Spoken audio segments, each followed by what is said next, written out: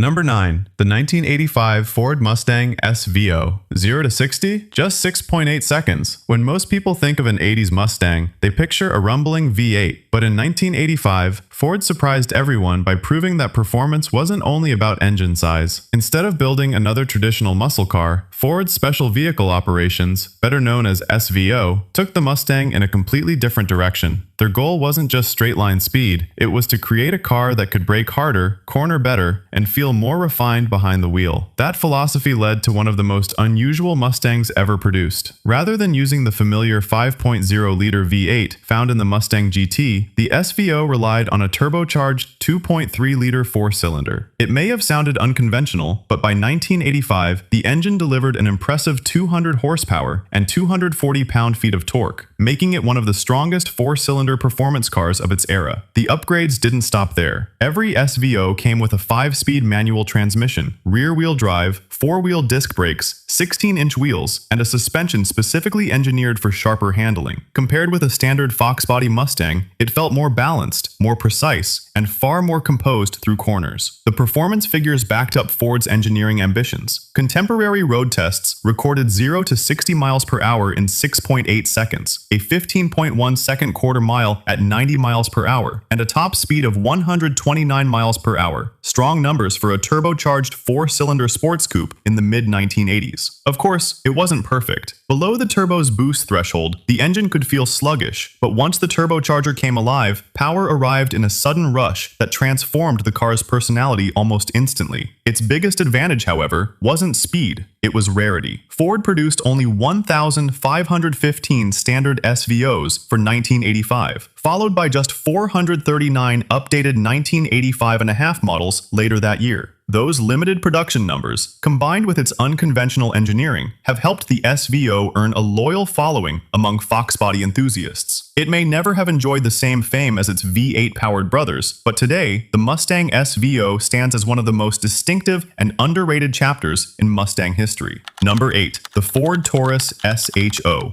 0 to 60? Around 6.5 seconds. At first glance, the Taurus SHO looked like just another family sedan parked in the grocery store lot, and that's exactly what made it so dangerous. While most people saw an ordinary four-door, Ford had quietly hidden one of the most advanced engines ever fitted to an American sedan of its time. The secret was a 3.0-liter, 24-valve V6 developed in partnership with Yamaha. Unlike the lazy V6s most buyers expected, this engine featured dual overhead camshafts and willingly screamed all the way to a 7,000 RPM redline, a characteristic more common in European sports cars than American family sedans. Ford rated the engine at 220 horsepower and 200 pound-feet of torque, sending that power to the front wheels through a 5-speed manual transmission supplied by Mazda. The result was anything but ordinary. The SHO became the quickest Taurus Ford had ever built, and the only version of its generation that let drivers row through the gears themselves. Its performance quickly silenced skeptics. Road tests from the era recorded 0 to 60 miles per hour in the mid-6-second range, while top speed reached approximately 143 miles per hour. Suddenly,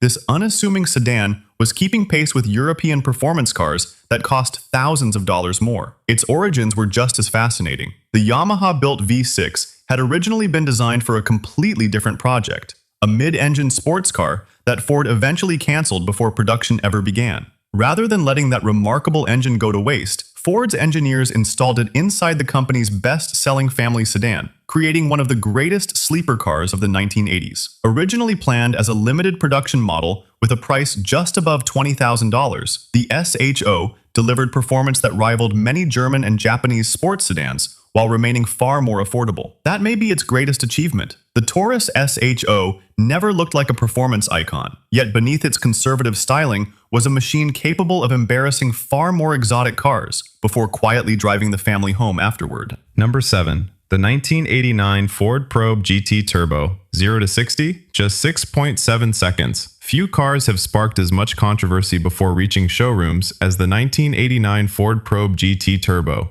At first glance, it looked nothing like the muscle cars Ford was famous for. Its sleek, aerodynamic shape, front-wheel drive layout, and modern styling made it feel closer to a Japanese sports coupe than a traditional American performance car. And that wasn't an accident. Ford was developing a new generation of sporty coupes designed to compete with cars like the Honda Prelude, Toyota Celica, and Mazda MX-6. During development, executives even considered giving this very car one of the most legendary names in automotive history, the Mustang. The idea of replacing Ford's iconic rear-wheel drive V8 coupe with a front-wheel drive turbocharged four-cylinder shocked enthusiasts. Once the plan became public, Mustang fans reacted immediately, forcing Ford to rethink its strategy. Instead of replacing the Mustang, the company kept its legend alive and introduced the new coupe under a completely different name, the Probe. Under the hood sat a 2.2-liter turbocharged four-cylinder, producing 145 horsepower and 190 pound-feet of torque, paired with a 5-speed manual transmission. On paper, the numbers didn't seem extraordinary. Behind the wheel, however, the experience told a different story. Once the turbocharger built boost, the Probe surged forward with surprising urgency, giving the lightweight coupe an energetic and occasionally unpredictable personality. Road tests from the era recorded 0 to 60 miles per hour in 6.7 seconds. A 15.2-second quarter mile at 91 miles per hour, and a top speed of 134 miles per hour. Weighing only 2,940 pounds, the Probe made excellent use of every bit of its turbocharged performance. It was never intended to replace the thunderous character of a big block muscle car. Instead, it offered something different: confident grip, balanced handling, and a level of refinement that reflected the changing direction of performance cars at the end of the 1980s. Ironically, the Probe's greatest achievement wasn't replacing the Mustang, it was proving that it never needed to.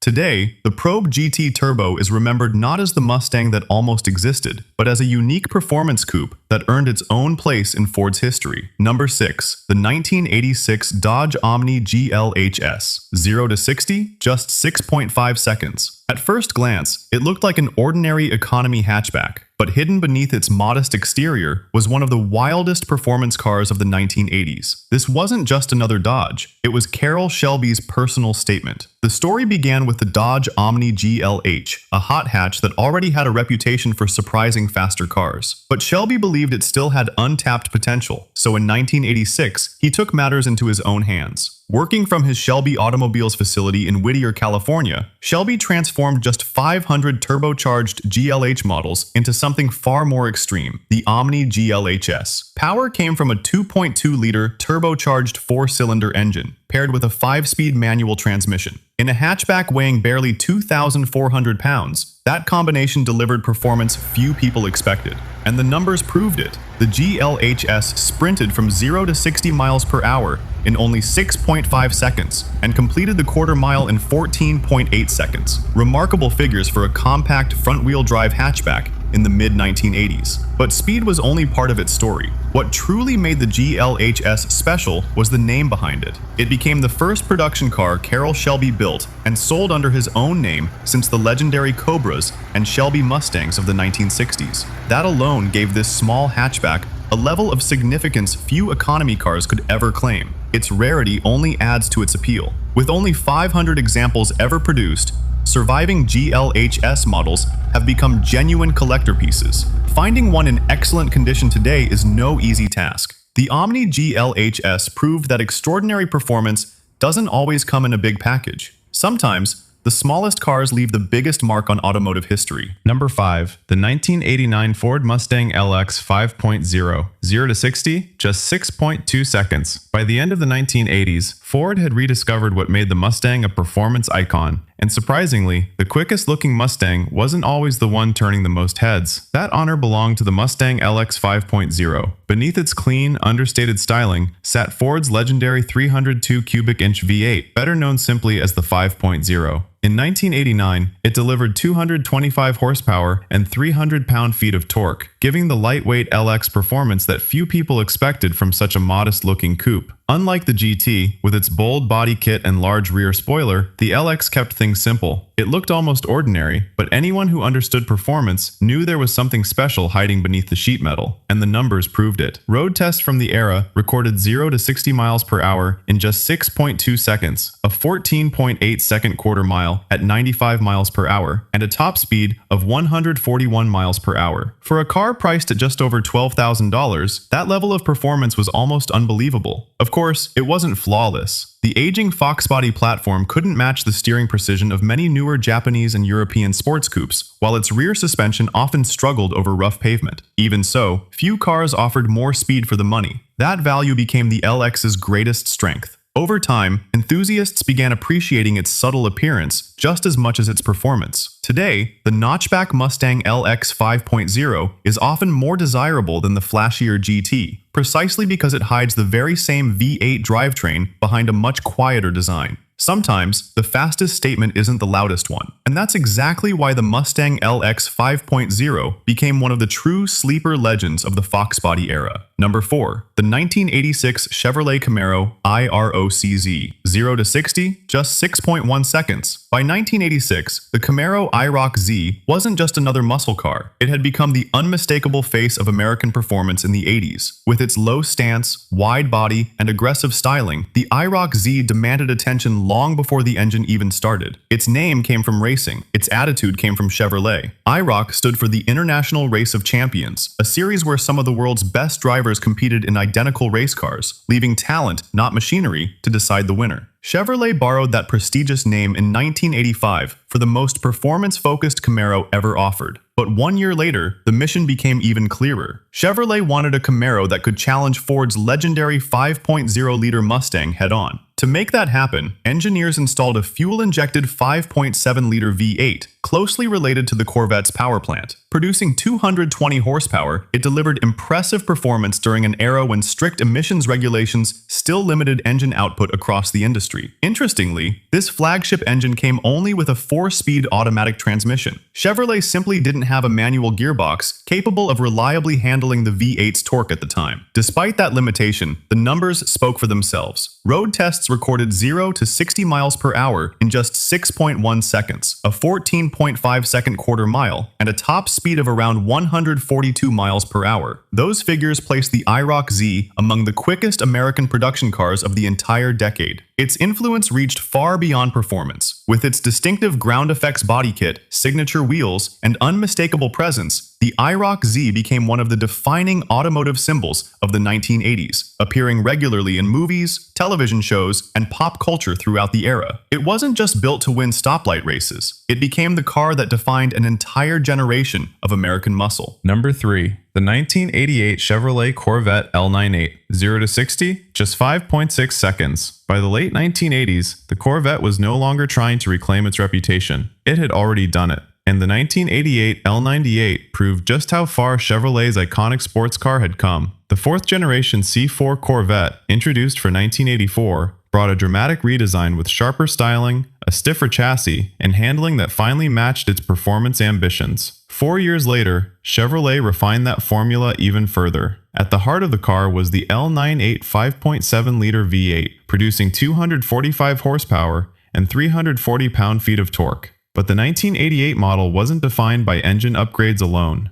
Chevrolet improved the entire driving package. A revised suspension, stronger brakes, and optional 17-inch wheels and tires available through the Z51 and Z52 performance packages gave the Corvette greater confidence at high speeds and through demanding corners. The performance figures reflected those improvements. Equipped with the 4-speed automatic transmission and the optional 3.07 rear axle ratio, the 1988 Corvette accelerated from 0 to 60 miles per hour in just 5.6 seconds. Completed the quarter mile in 14.2 seconds at 95 miles per hour, and reached a top speed of 154 miles per hour. But straight-line speed was only part of the story. During period testing, the Corvette generated an impressive 0.87 Gs of lateral grip on the skid pad, proving it could corner with the same confidence it accelerated. It wasn't just powerful, it was balanced, predictable, and genuinely rewarding to drive. That transformation changed everything. The 1988 Corvette L98 helped erase the criticism aimed at the softer, less capable Corvettes of the early 1980s, and firmly established the C4 as a true American sports car, capable of competing on more than just horsepower. It didn't simply restore the Corvette's image, it reminded the world why the name still mattered. Number 2. The 1987 Buick GNX. 0 to 60, just 4.7 seconds. In 1987, the last company most people expected to build a street monster was Buick. Known for comfortable luxury sedans, the brand suddenly unleashed one of the fastest American cars of the decade. The result was the legendary GNX. Finished entirely in black with a subtle, intimidating appearance, the GNX didn't rely on flashy styling to make an impression. It let its performance do the talking. The GNX marked the final and most extreme evolution of the Buick Grand National. As General Motors prepared to retire the rear-wheel drive Regal platform, Buick chose to end its performance icon with one unforgettable farewell. To make that happen, Buick partnered with ASC and McLaren Performance Technologies. Together, they upgraded the turbocharger, improved the engine's airflow and cooling, installed a unique exhaust system, and reinforced the rear suspension to better handle the car's immense power. The result was astonishing. Officially, the GNX produced 276 horsepower and 360 pound-feet of torque. But many enthusiasts believe the real output was even higher than Buick admitted, and once the car reached the road, it immediately lived up to its reputation. Period road tests recorded 0 to 60 miles per hour in just 4.7 seconds. A 13.5-second quarter mile at 102 miles per hour, while its top speed was electronically limited to 124 miles per hour. Despite weighing around 3,545 pounds, the GNX delivered brutal acceleration that could surprise many dedicated sports cars of its era. Its impact reached far beyond performance numbers. The GNX became a symbol of the final chapter of traditional rear-wheel drive American muscle before the industry entered a new era. Today, well-preserved original examples often sell for many times their original sticker price, proving that the GNX wasn't simply ahead of its competition, it was ahead of its time. The 1987 Buick GNX didn't just end an era, it made sure the era would never be forgotten. Number 1. The 1989 Pontiac Trans Am Turbo. 0 to 60, just 4.6 seconds. By the end of the 1980s, Pontiac saved its biggest surprise for last. To celebrate the 20th anniversary of the Trans Am, the company created a special edition that few people expected, and even fewer could catch on the street. Instead of relying on a traditional V8, Pontiac installed the legendary turbocharged 3.8-liter V6, closely related to the engine that made the Buick GNX famous. Combined with the sleek third-generation Firebird, it transformed the Trans Am into one of the quickest American performance cars of its time. The intercooled turbocharged V6 produced 250 horsepower and 340 pound-feet of torque, delivering acceleration that rivaled cars costing far more. And the numbers proved it. Road tests recorded 0 to 60 miles per hour in approximately 4.6 seconds and a 13.4-second quarter mile. Performance that placed the Turbo Trans Am ahead of nearly every other production car coming out of Detroit in 1989. Its performance wasn't the only reason it stood out. The Turbo Trans Am was selected as the official pace car for the 1989 Indianapolis 500, making it one of the most significant special edition Pontiacs ever built. Production was kept extremely limited. Only 1,555 examples left the factory, each finished in white paint, featuring a saddle-colored interior, exclusive Indy 500 graphics, and the unique set of 16-inch wheels. Interestingly, every Turbo Trans Am came equipped with an automatic transmission. With so much turbocharged torque available, Pontiac chose durability over a manual gearbox to ensure the drivetrain could reliably handle the car's performance. That decision helped create something truly unforgettable. Today, the 1989 Turbo Trans Am is regarded as one of the most collectible Pontiacs ever produced. A limited production performance icon that closed the decade by proving American engineering could still surprise the world. It wasn't just the fastest car on this list, it was the perfect finale to one of the greatest decades in American performance history.